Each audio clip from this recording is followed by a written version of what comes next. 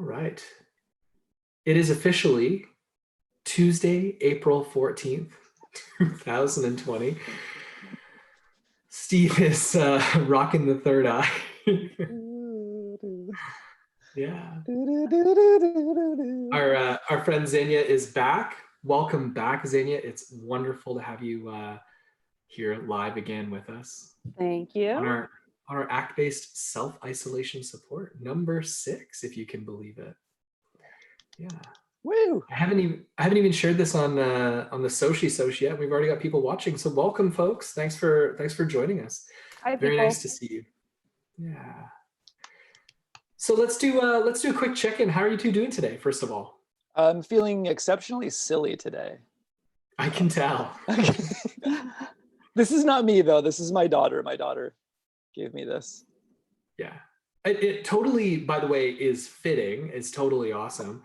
And I don't know, you seem like a pretty enlightened being to me, Steve. Well, I don't know about fully enlightened, but just take the compliment. I'm well. Yeah, okay. Do you want to hear something? Can I just say something really funny about that? Is like I had a conversation with somebody yesterday about that exact topic, about this thing that Tim and I have together where I tend not to take compliments very well. And Tim basically says, just like, take the effing compliment. That's right. So by the way, this is not marked as appropriate for children, so you definitely can swear. Okay. Yeah, just take the compliment, Steve. Okay, I'll take it. How about you, Xenia? How are you doing today? I am very happy that the sun is shining. Mm-hmm. Yeah.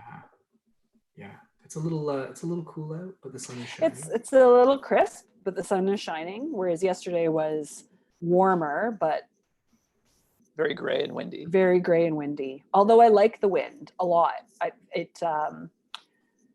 Where I am these last few days, like probably the last 4 days, 3 of the last 4 days have had like some really intense winds. And it feels like, you remember in like the original, the OG Mary Poppins, of course, like, the Admiral's up top and he's like, winds changing, like you feel like that something is shifting. So for me, it's like a nice, I don't know, it's working for me. I'm going with it. It's like it makes me feel like that there is going to be some change and it's a positive change and things are happening. It's as stale as life feels right now. It makes me feel like there's things that are coming and good things. Very nice. Yeah. And how are you, Tim? How are you doing? It's a weird day. I'm okay. Xenia said this cool thing earlier where she said, just before you hopped in the room, where she said it feels like, self-isolation Groundhog Day. Groundhog Day. Or to come back to our song, every day feels the same. Every day feels the same. Yeah, and it's getting weird. It's getting weird for me. Yeah. But I mean, I'm good otherwise. I'm good. Keeping up with some news, watching some criticisms of the early epidemiology modeling, and everything is clearer in hindsight, I think.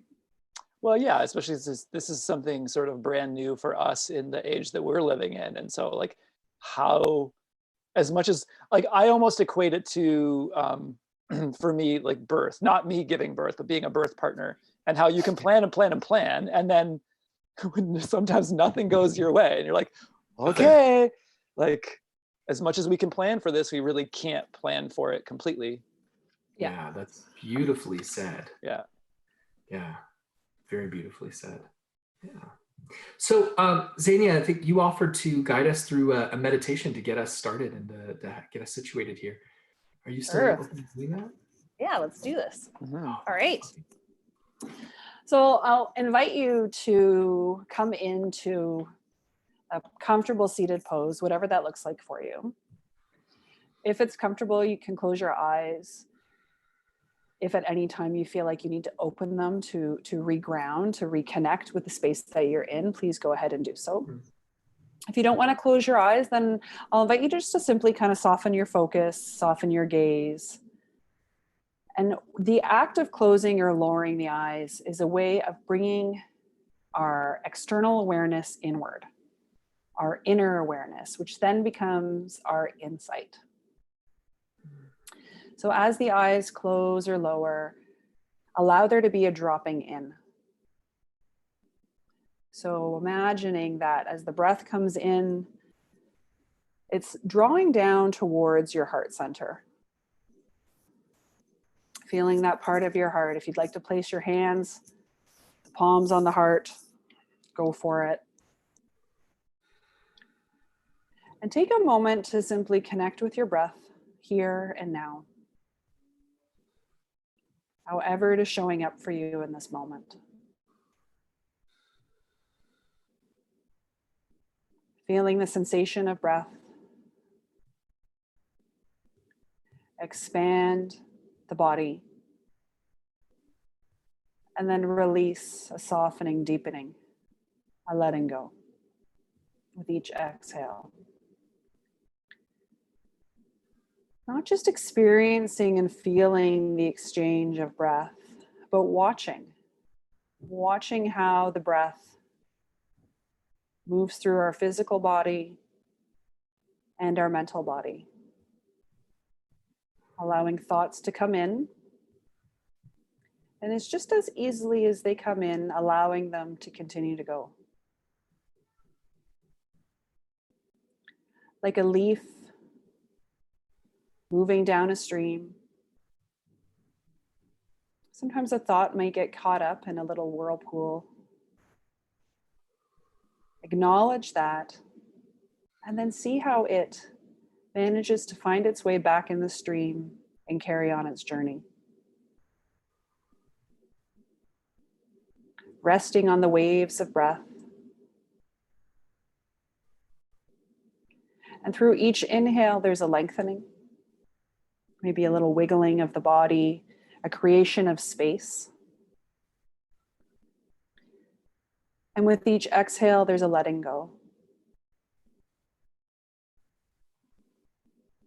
Feeling the breath move through the lower belly, the mid-chest and upper chest, and exhaling, lower, middle, upper.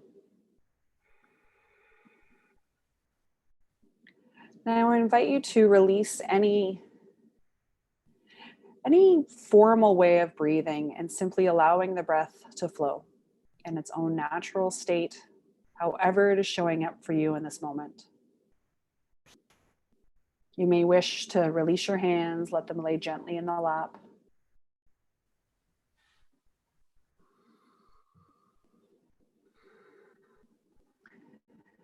And bring your awareness to the physical sensations of the body through breath. Noting where the breath is moving through the body, perhaps where it's getting stuck. Notice if your body is calling for any movement, a little shift or shimmy, as a way of helping that breath move through our entire being.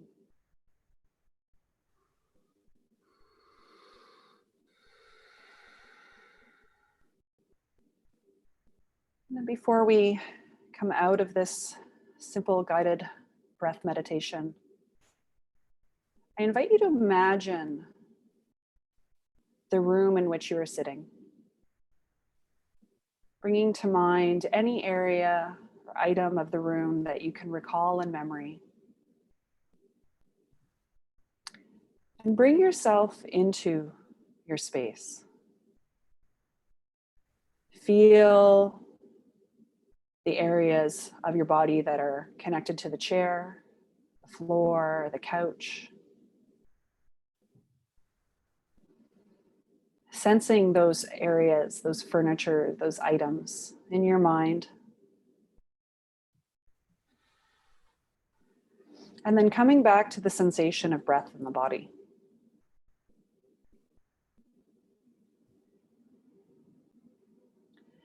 Taking a full deep inhale. And then a full complete exhale, allowing sound, movement, to have the full expression of exhale. Inhaling once again, Allow there to be that lengthening, that expansion, and then exhaling.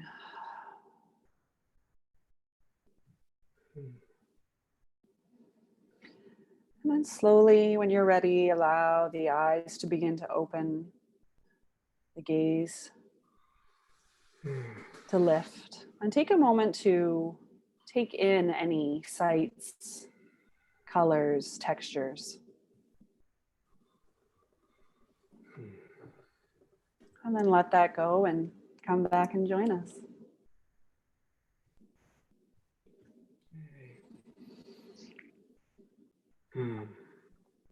So nice to connect with you two.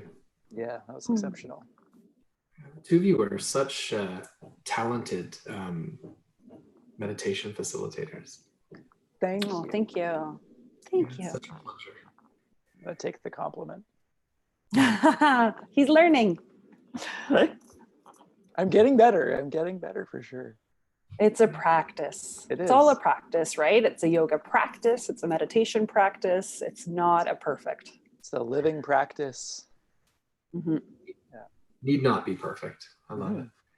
Just as a heads up to you two, our friend Yaz is joining us, which is very exciting. Yaz is saying, hi Yaz. Oh, hang on. Yaz is an old friend of mine. Okay, let me see if we can get the video to start. Yeah, take your time. Take your time. We're not in a rush. Hey, my friend. So good to see you. How are you? Good. Yes. Hi, Yaz. Hi. Just remind us, Yaz, I know you're in the UK, but what part of the world are you in exactly? I'm in Birmingham, UK. That's right, Birmingham. So yeah. It's kind of nice and sunny today, but it's a bit cold. It's sunny here today too. And a bit cold. And a bit cold. Amazing. Millions of miles apart, and here we are. Here we are. Yeah, sorry I was a bit late. I was trying to figure out, I had the new laptop and I didn't have Zoom on it, and then I forgot, and then my old laptop's really slow. Oh no. Are you on your old laptop? I'm on my old laptop now because that's the one with Zoom on it, so it's Gotcha. all right. It's okay. Oh, it's all right. Yeah, no, thanks for joining us. And how are you doing today, Yaz? Oh, my back was hurting yesterday. I'm a bit better today, but it's still hurting a bit. But yeah, just been baking potatoes and stuff and things like that. That's very British of you, baking potatoes. Sorry. I just got them in the oven now. So. Oh, yeah, it's later there. It's like what, 5:30, half 5. About 5:15. Is that the way to say it? 5:15. Are you laughing at me, Tim? Yes, I am. My sister's husband is from Scotland, so when we went to Scotland for her wedding, we would be sitting around and someone would ask what time it is, and my sister's mother-in-law would say, "Oh, it's 2:30." Yeah. To what? Like, you're leaving us hanging on the hour. We're not too sure what's happening here. That's yeah. awesome. After what? After what? Yeah. Steve, you haven't been to the UK, have you? I've never really been anywhere. Is it true that the first flight you ever took was with me? Was California, yeah, to San Francisco. That was the first plane I'd ever been on, which was what, 2 years ago? A couple of years ago, yeah, that's right. Yeah. Oh my God, of course, yeah. Like, I think the furthest, that was also the furthest that I've ever been. And other than that, Nova Scotia. Nova Scotia's beautiful. New Scotland. New Scotland, yeah. So how's everybody managing? Yes, you've got young kids at home? They're not really that young. My youngest is 9. So yeah, it's just she's grown up. So I've got a 17-year-old at home, a 13-year-old and a 9-year-old.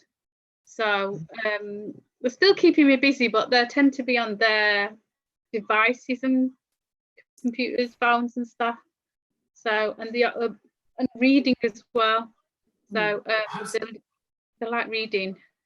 How's your, well, that's cool. That's, I mean, super healthy. How's your 17-year-old managing self-isolation? Well, she's already somebody self-isolated. She's got a lot of social anxiety. She's got OCD, which she's been getting some support for. So she's been out of school for several years now anyway. So it's kind of like new for her to have the rest of us around. So that's the difference for her. This is my space that you are all in right now. So yeah, so she seems to be sort of like understanding that there's a difficulty going on, and she seems to be a bit more patient with the rest of us, which is really good. So it's got some positive sides to it. And I don't. That's an incredible strength of character, like for her to be able to be patient with, you know, having her younger siblings and mom around. Yeah. Yeah, I mean it's strange sometimes, but I think she's realised that we're stuck here as much as she's stuck with us. It goes both ways, so it's quite good like that. Yeah. And how about, so here, the grocery stores, we were talking about this a little bit yesterday, Xenia. Laura, our friend, was on in the super chat talking to us. I have to. We actually have. I love the super chat. I love the super chat. I'll check no messages in the super chat yet. Although we've got lots of people watching, so maybe we'll have some people hop in the super chat. So Laura was saying that one of her, so this is in Oakville. She was saying that one of her friends was driving there. So the friend had the friend's elderly parents in the car with them. They were taking them to the grocery store. They were ticketed by, I assume, Halton Police or perhaps the OPP, $750. Yeah, I was reading that. That's quite a lot. Yeah, for the well, 750 Canadian dollars is like 5 British pounds, so it's no big deal. No, I'm just joking. Conversion rate's not that bad. Oh shoot! So she was saying, and for having multiple people, too many people in the car. Well, because they don't reside at the same address, right? Right. Yeah. And the other day at the grocery store, they were telling us that there can only be one person from a household going into the grocery store. Is that what it's like in the UK? Yes. Not from my experience, because I went to the shops on my own a couple of weeks ago, and I did see some other people with other people from their household, and then I took my daughter, my 13-year-old, to help me with the shopping bags, I think last week, and it was completely fine. There's no issue. They're just That's like awesome. 2 meters apart, everybody, and they let you in slowly. So like when a couple of people come out, then they'll let you in. Yeah. So, it's kind of like a nightclub.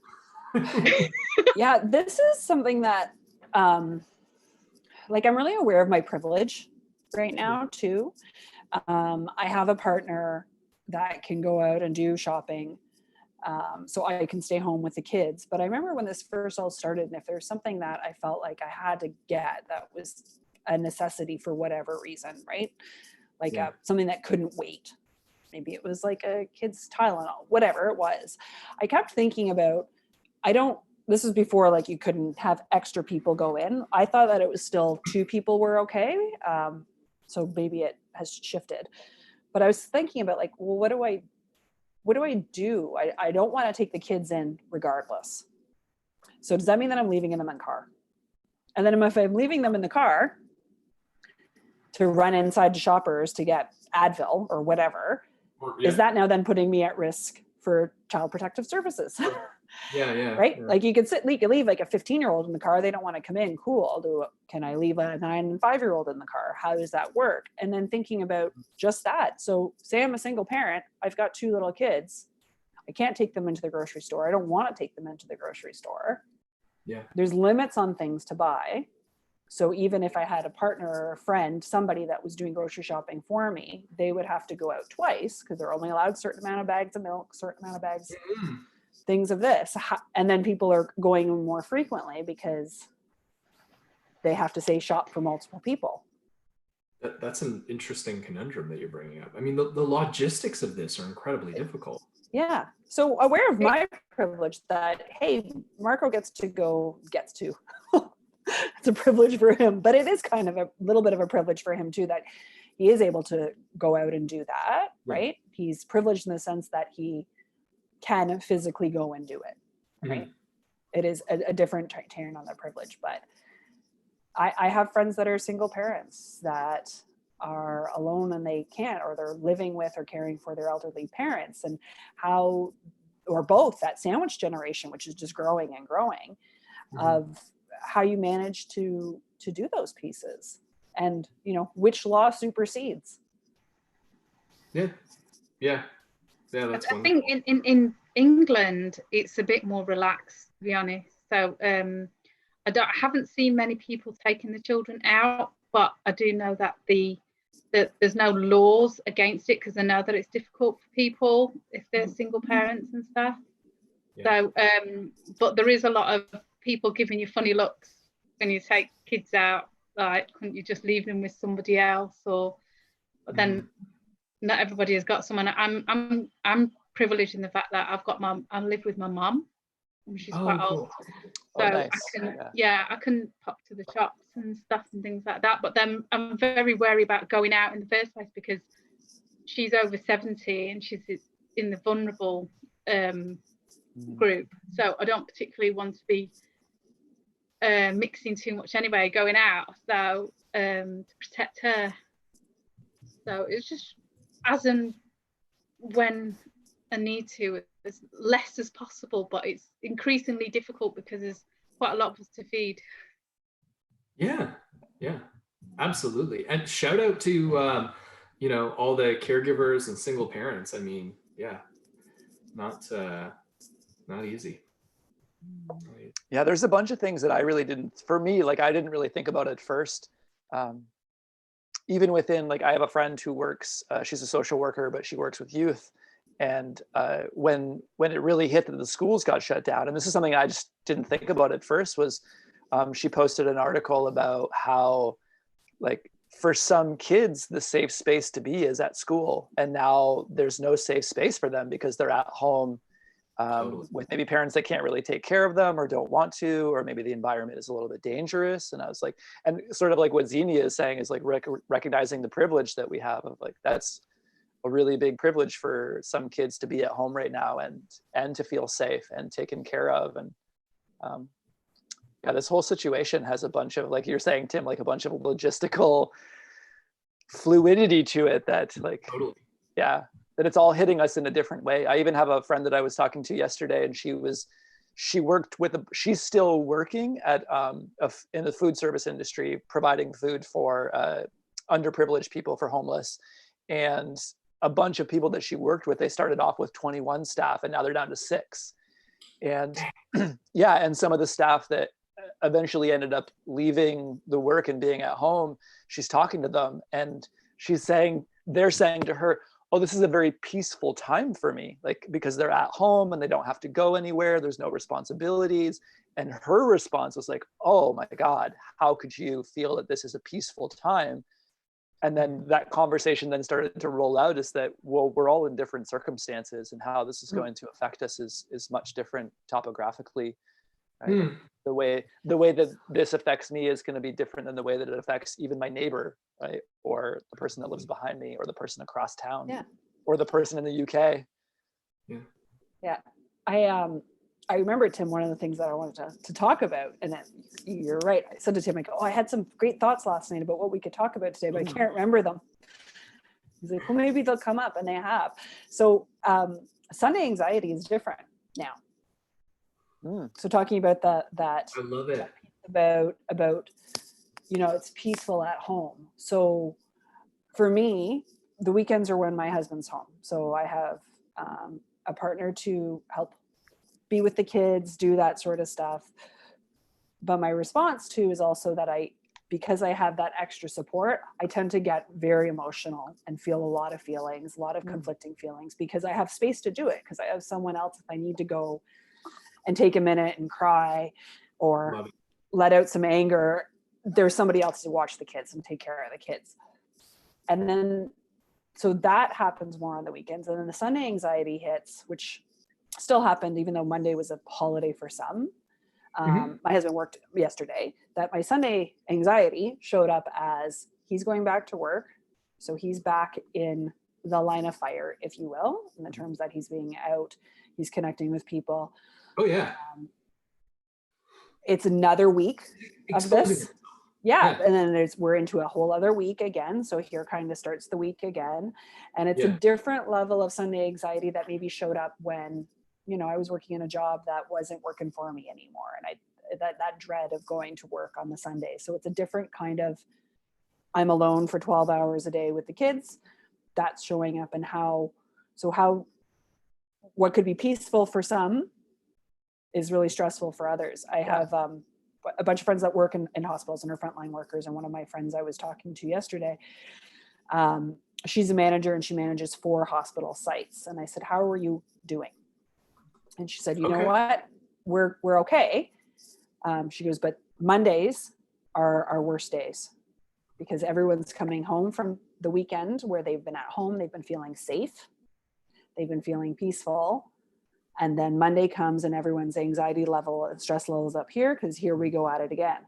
She goes, and throughout the week, it starts to come down.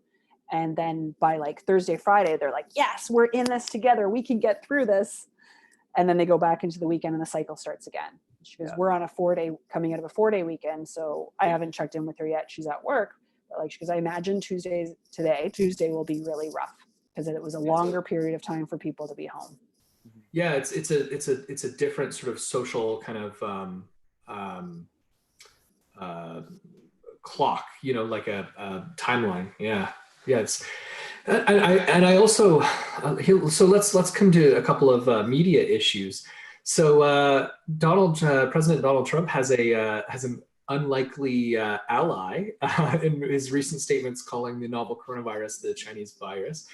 Have you folks heard? Did you see? So I watch Bill Maher, and I like how he is neither, like, he makes statements that skew conservative. He makes statements that skew, traditionally liberal.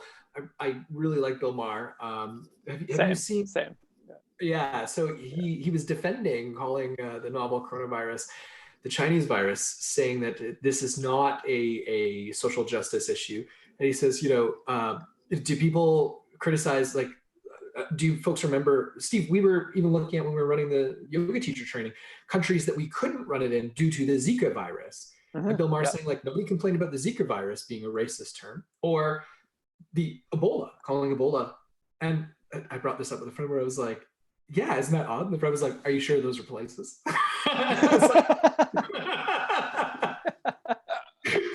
Yeah, wait. Yeah. As it turns out, no, Zika is definitely a forest, and Ebola is for sure a river. Both, within specific regions. Yeah, I thought that was an interesting piece of media. There's also been some other folks coming out in the media, really concerned about what our timelines are and what this is going to look like in the economy. I know a lot of people are just not able to pay their rent right now because they just don't know what their finances are going to look like next week. And having to shift their budget to 100% of the money that they have left going to food just to be able to survive. Yeah. Oh, so Rebecca followed up here to say, our local grocery store has arrows on the floor to navigate through the store and squares to stop you to stay 6 feet away from someone. So I'm assuming just like tape on the ground or something like that. And Laura is saying, I work in the armored car industry and money still needs to move around. So we are still busy.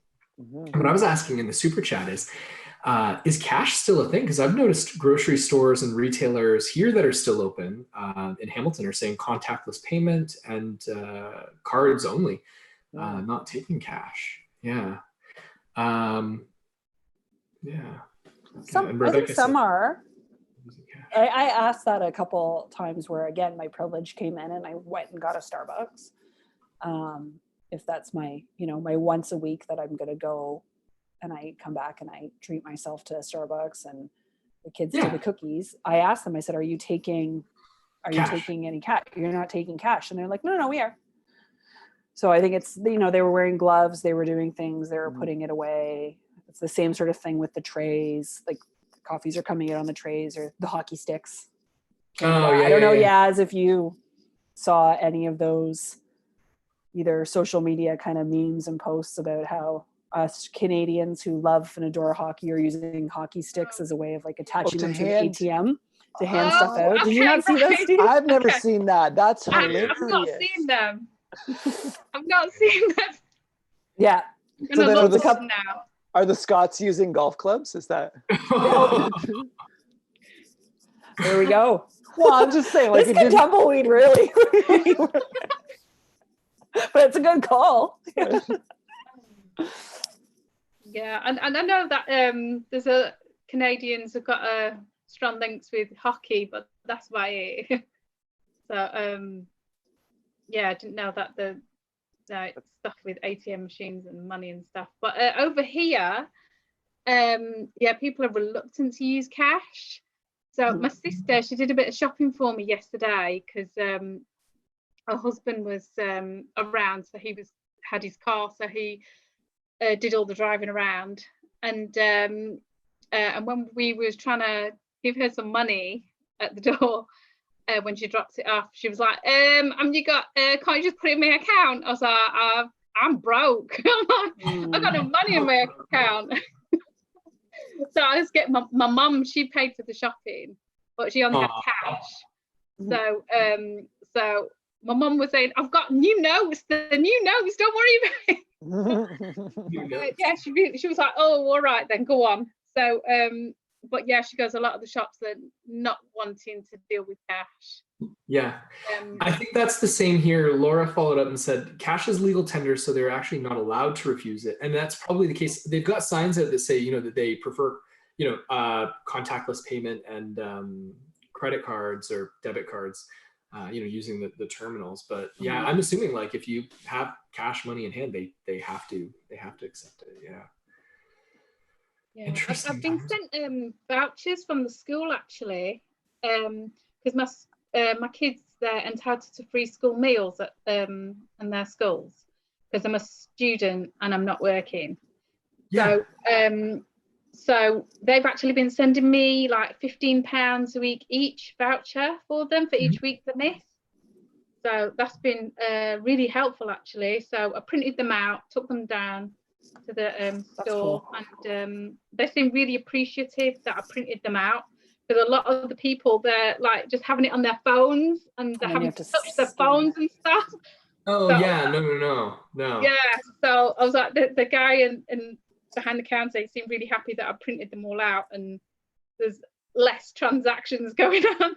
Yeah, so that's a good tip for those of you who are in the UK who are students and receiving those vouchers. Dang. Yeah, but then they were really helpful. So it just, some people who are on certain benefits like working tax credit, that they can't get free meals, so I think they're struggling a bit more. So but in that sort of sense, I'm doing quite well because I've still got my student finance to fall back on. So and what's going on with your studies anyway, because you're a grad student, right? Yes. Yeah. So the university has been really good. They're basically saying to anybody who wants a deferral can have a deferral, like they can basically hand it in the later during the summer basically. Previously they were saying they couldn't turn it around fast enough, so if you have a master's that you wanted to go and do in October, they said they wouldn't be able to get my certificate ready in time to start my master's. But now they're sort of like sorted it out. Anybody who wants one can get one and they still get their certificate in time. So I'm doing it like that if I can. So and if I want to hand it in early, if I get my work done, they're cool with that as well. So takes off the stress. I know some other students in the UK. I know she's doing an English literature degree in Cambridge. She goes, they're not being so relaxed, or yeah, they're being a lot more harsher, and yeah, which is really sad, because she's a really able student. So yeah, all the students are feeling it. They've got demotivated because we're not around other students. We're trying, like, we went on MS Teams. Have you heard of that? No. Microsoft Teams. It's like Zoom, but then you can only have like 4 people on it at a time. But then it's a lot more secure than Zoom. You ain't gonna get Zoom bombed. So in all fairness, no one is going to get Zoom bombed if they, like, you know, put a password on your Zoom rooms. Don't share the link, you know, if you don't have it password protected, willy-nilly all over the internet, or just have a I'm assuming that those are probably paid features, so you got to pay the, like, you know, $15 or whatever it is that's clearly driving up Zoom stock. They're one of the few, like, you know, profiting companies right now on the New York Stock Exchange. Yeah, but yeah, that's kind of like how it's going on with finances and studies over here. Yeah, that makes sense. I'm concerned that we're going to be seeing a lot more layoffs in the next coming months. Some companies are just releasing their 2020 first quarter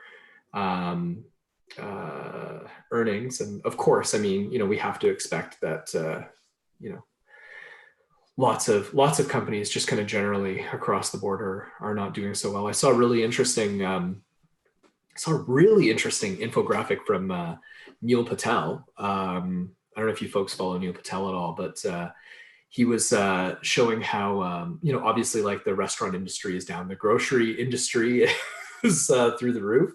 But this is really odd. Commercial animation and advertising has gone through the roof. As it turns out, I guess a lot of companies are just purchasing up stock of videography, photography, and they're hiring a lot of animators to try and CG, like, recreate their materials and put them out there, so that they can have advertising and media assets that are relevant right now to what we're going through socially. So I think that's kind of interesting that market is going up. Yeah. Ebbs and flows, right? So some are rising and some are. And that's the thing, right? It's like with any circumstance like this, there's definitely going to be people that suffer, and then people that actually find benefit or profit from situations like this inadvertently, right? Like, it's like, I know that there's some conspiracy theorists out there that are, like, coming up with some crazy ideas to buy an industry like the face mask industry, or like 3M is behind the coronavirus. And I'm like, wow. Yeah. That's the thing, right? Is people are going to inadvertently profit from any sort of downfall. Like, there's going to be industries that tank and industries that thrive. Yeah. I think it'll be really cool for us, like Rebecca, Laura, Xenia, Steve, Yaz, all of our friends who are joining us, you know, Vicky here, day in and day out, to look back at our chats, to look back at our conversations that we had, because I think just like any other major, like, world event, I think that this is going to be something that is talked about for a very long time. Yeah. Agreed. And did you folks catch Saturday Night Live? No, I didn't. So Tom Hanks, America's Dad, was the host. And you know, I've got to say, if you want a perspective into the amount of talent that these folks have, it's incredible, because the production quality is very low. So, you know, shout out to all my fellow YouTubers. Don't take them for granted, right? Like, you know, the amount of work that goes into being able to set up a camera properly and expose it and edit and be able to talk to the camera and write scripts and things like that. You know, it's a lot of work for a person, but when you see the Saturday Night Live production, it's super, super low production quality. I mean, you know, I would say, like, in the bottom 5% of what like most of the YouTube channels that I subscribe to have. But yeah, I mean, they mustered it together and they put together a pretty funny show. Mhm. What have you folks been consuming for entertainment or news, conspiracy theories, books, any of you? I know for me, I tend not to do a lot of news. I know Zenina was talking about this the other day, that Marco is sort of her go-to news person. And that's the same thing for me, is that Adele gives me the news that I need. But as far as consuming media is concerned, that's going to become a meme, by the way. Adele gives me the news that I need. Adele gives me the news, yeah. Some news that I don't need. But mostly consuming movies. Like we're a family of movie buffs, so I love watching. And just I'm able to watch the same movie over and over and over again and not really get bored with it. So like we've definitely gone through the whole Harry Potter series. I've done the Lord of the Rings series already again. I'm pretty sure the kids are downstairs watching Year 7 Part 2 right now. Yeah. So that's mostly for me. And then watching stuff on YouTube. Like right now I've been watching a lot of videos with Paul Gilbert. Compassion focused therapy. So I've just been watching. That's the great thing. Like I have more time to watch YouTube, and so I can be on YouTube and just find all of this really wonderful free content that's out there. And beautiful. Yeah. And I've been doing more dishes, so now I get to like watch videos or listen to podcasts while I'm doing dishes. Right on. How about you, Yas? Yeah, I've signed up to Netflix, which I wasn't signed up to before, because I was. Don't they like come to your house and like hand you like a subscription? If you're, I'm joking. We was kind of like piggybacking off my sister's subscription. So the kids were sort of like using it when her kids weren't using it, but then she's got quite a lot of kids, so I have to get my own one eventually. But I had Amazon Prime, so I was like stuff on there and things like that. So, did you watch The Man in the High Castle? No, but then my friend told me, said watch Don't F with Cats. Okay. I heard of that one. She said, she goes, watch that. And my son, he said, don't watch that. So I'm a bit conflicted now. So my son said, don't watch it. And friends say, no, it's really good. So it's supposed to be like a thriller sort of thing. Yeah. Good. But yeah. I'm going to say it's pretty messed up. Is it? It's pretty, depending on your perspective. I started to watch a little bit of it and I thought it was messed up. So I couldn't finish it. You couldn't finish it? Yeah, I couldn't watch it. Okay. Yeah, it's about cat killers, isn't it? Mm-hmm. Okay. Yeah. I don't know whether I could watch that. I'll see how it goes. So when I was in high school, I read the book The Man in the High Castle and it blew my mind. And then when I saw that Amazon Prime was making it a TV show, although it doesn't watch like a TV show, it's like very, it's like all these TV shows now, super cinematic, right? Yeah, they did some really cool stuff with it. It's a good, I mean, if you're kind of a history nerd, it's a really cool, Oh, okay. Yeah. What's it called again? The Man in the High Castle. So the premise is, okay. The premise is, what if during World War II, what if the Nazis didn't run out of oil? And what if instead of like refining coal to make oil, what if they actually discovered the capability for creating a nuclear weapon, and it's the Nazis, the Axis that won the war. So the Nazis control the East Coast of like the entire Eastern seaboard, and the Japanese control the entire Western seaboard. And there is a neutral zone in between from Canada down through to Denver. And it's a sort of alternate ending to World War II. It's very fascinating. Cool. Yeah. Sounds really cool. None of those strike any of my fancy. And that's why we only hang out on these calls, Anya. Not right. I mean, and that's just it. Like Marco would be like, I can tell him that, and he'll be like, "That's amazing." That sounds pretty cool for me. I think that sounds pretty cool. I don't know. I've watched that like similar vein type of things. Yeah. I'd mentioned before, like I grew up literally in a video store. So I've watched lots and lots of films, and I go through like phases like I do with food, right? Where like, this is my favorite right now. This is what I'm doing.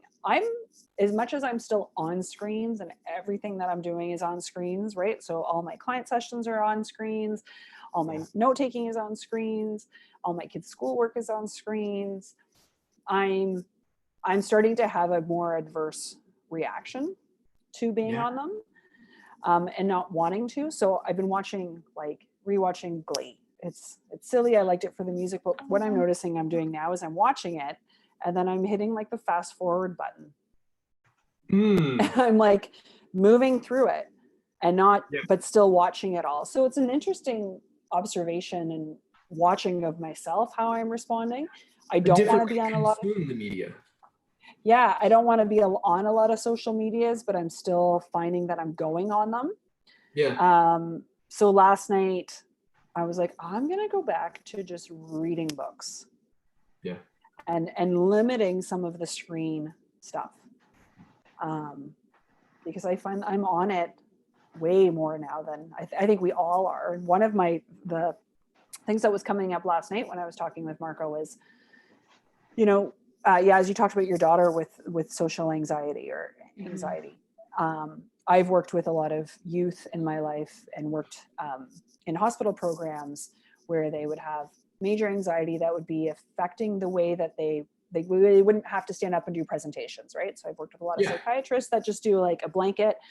Tim is suffering from anxiety, generalized anxiety disorder. He does not have to present.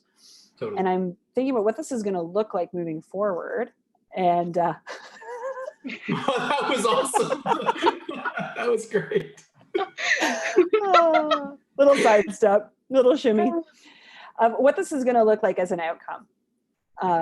And talking about things that, like, my kids are little, so a 5-year-old and a 9-year-old. My 9-year-old, I'm trying to help him improve his penmanship. My 5-year-old is just starting to work it.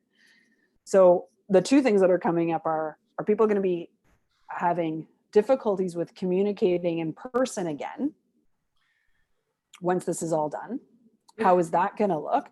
And then the other side, not flip, but another point to it of what's going to be lost. We've lost cursive writing. Are we actually going to be losing writing altogether?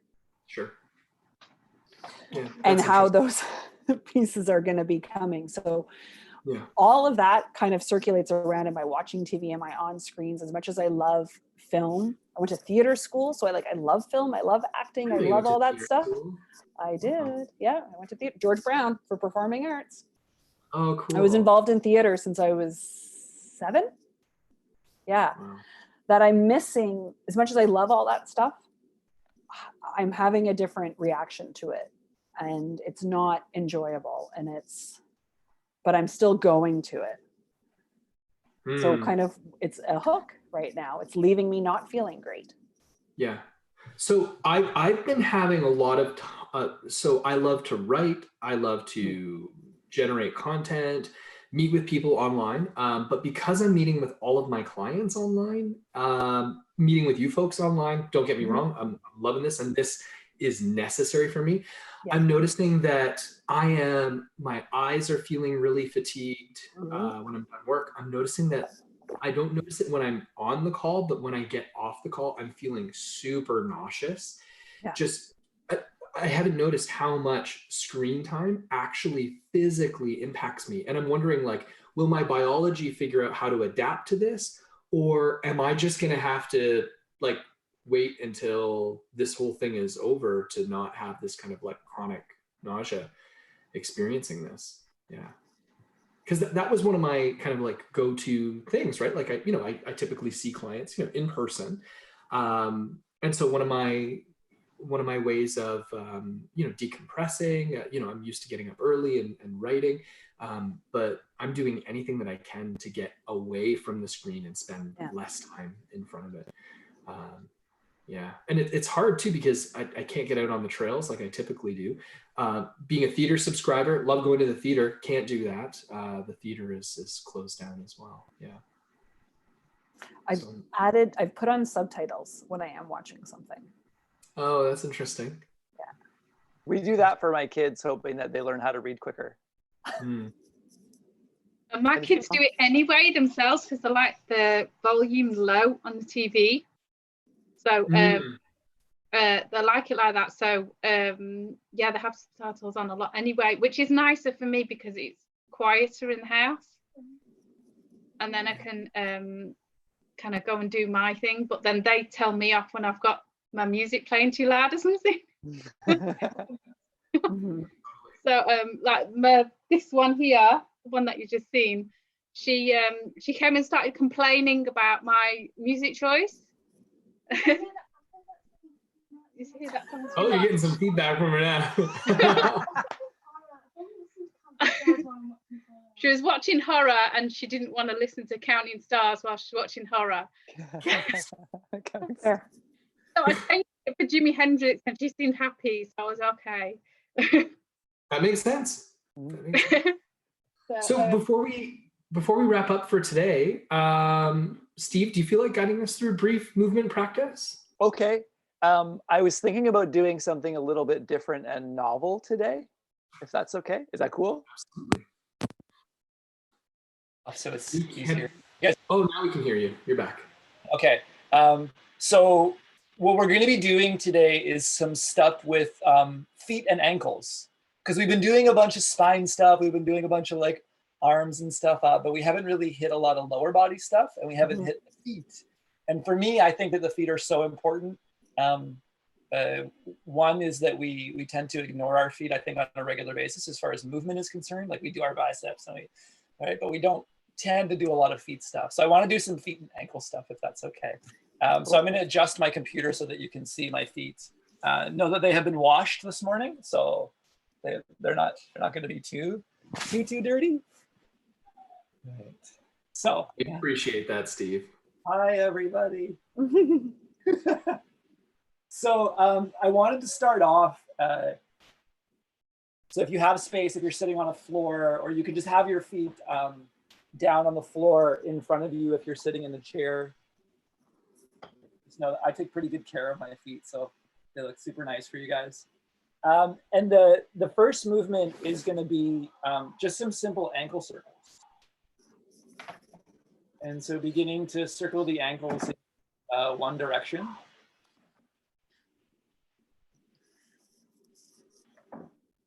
And the recommendation, as always, is to start off a little bit slow and maybe even with small circles. But that if it feels like there's more range to move through, you start to explore that range.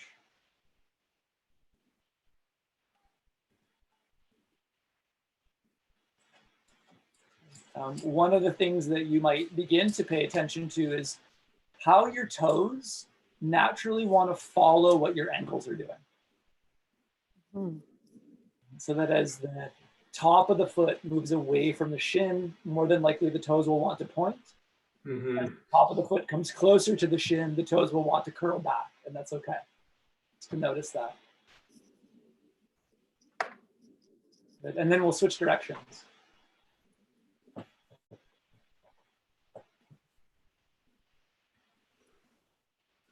And as you switch directions, just noticing if there's a difference in how the movement is happening.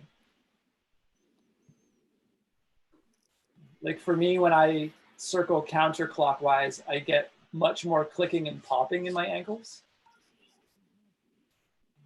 But also knowing that clicking and popping is not harmful. Right? So like when your parents used to tell you not to crack your knuckles or you're going to get arthritis, just know that that's been disproven. That's not true. A couple more times in this direction. And then we'll come back to center, and then I like to give like a little clap of the feet. Like a hooray. And then the next one that we're gonna do, this is gonna start to get slightly more complicated. I'm actually gonna do like a side view for this one so that it's easier to see. so that you'll have at first the tops of the feet moving towards the shins, and then the toes will be pulled back into extension. And then to the best of your ability, keep the toes curled back, but start to move the tops of the feet further away from your shins. Almost like you're in a pair of high heels, like stilettos. And then start to curl the toes under. And as you do that, imagining as though you could grab like a tissue or a towel with your toes. And then you're going to try to keep hold of the tissue with your toes, but then pull the tops of your feet back to your ankles. Nice. And then you're going to curl the toes back. And then we'll do that again. Ankles move forward, and then toes move forward. Ankles pull back, and then toes pull back. Ankles go forward, toes go forward, ankles come back, and toes come back. And we'll do that a few more times. And just know that if the coordination is awkward, if you don't do this on a regular basis, it's going to feel weird and maybe even a little inaccessible. Mm-hmm. And then in yoga, we'll usually say that if something is awkward or inaccessible, we're trying not to speed through it, but instead to slow it down. That we're not trying to get through this, we're trying to get into it. Steve, I'm noticing how little control I have over some of my toes. Which is normal if you don't do this on a regular basis. It's the same if you don't move your neck on a regular basis, you'll start to lose movements of the neck, right? Mm-hmm. Good, and then one more time. Good, and then again, maybe the clap. And then this one is going to be the most difficult for some people, but know that it's okay if you need to grab your toes and physically move them, that's okay. It's still going to be able to build somewhat of a neuromuscular pattern. And then hopefully through time, you can use your hands less and use your toes more. And we'll come back to center with this one. So here's the tricky part. We're going to all 10 toes curled back into extension. And then to the best of your ability, you're just going to take your big toes and move them forward. But all 4 small toes will stay curled back. And then you're going to go small toes forward. And then you're going to keep the small toes forward, just pull the big toes back. And then the little toes come back. And then the big toes go forward. And then the little toes go forward. And then the big toes come back. And then the little toes come back. I got this. Notice if your face or your fingers really want to get involved in your toe movements. Oh, yeah. And not that you have to soften the face, but just notice like that the face is doing stuff. Mm-hmm. This is almost for me, it's like that scene from Kill Bill when she's in the back of the car and she's like, wiggle your big toe. Yes. And then just for fun, if you wanted to, you could try to do repetitions like big toe, big toe, big toe, and then little toes, little toes, little toes. And then something that I've been working on for a little while is trying to do a big toe on one side and the little toes on the other. Okay, no, that's Like, that's yeah, a little. it's kind of like this. Yeah, it is. Yeah, and then like after a while, you can just use your toes to wave to all your friends. This reminds me of when I was in, what was I in? Was I in dance? Maybe. But it reminds me when I was younger, I had very flat feet. So one of the probably physiotherapy or something, my mom was told that I needed to pick up marbles with my toes. Mm-hmm. Totally. Yeah, to strengthen the arch of your foot. Strengthen. Yeah. Like, this has to be good for your neurobiology. Oh, you know absolutely. what I mean? There's a physiotherapist out of, I think he's out of Ottawa. His name is Nick St. Louis. He's the head of a group of people or a group of practitioners called the Foot Collective. And the way that he describes the sole of the foot is that once we begin to walk, that the foot becomes almost like a master sensor for how the foot communicates to the brain as to perhaps what begins to turn on and what begins to turn off, right? So as the foot is picking up information from the ground, as we're working on, like, let's say dexterity of toes, that it starts to build like a really deep relationship between mind and body. Cool. Yeah. Very cool. Okay. So for this Tuesday, April 14th, 2020, this has been your ACT-based self-isolation support. We're here for you folks. Ollie, great to see you in the super chat. Our friend Grunfeld there threw in a comment. I sent a link, dropped in a link for more yoga. Don't forget that you can do a virtual retreat with Xenia, which I'm sure there's going to be some yoga there. And Steve, if you're still teaching yoga online, right? Yeah, if anybody I forgot to mention this, if anybody wants to go sort of look at De La Soul, DELASOL yoga.com. Our studio is still, we're working on a volunteer basis right now, but our studio is still putting out classes online on Zoom. I'm teaching every Tuesday at 10 and every Saturday at noon, if anybody wants to check out a class. Yeah. Awesome. That's great. Oh yeah, they have this adorable picture of you, Katie, and Chris. And Chris, yeah.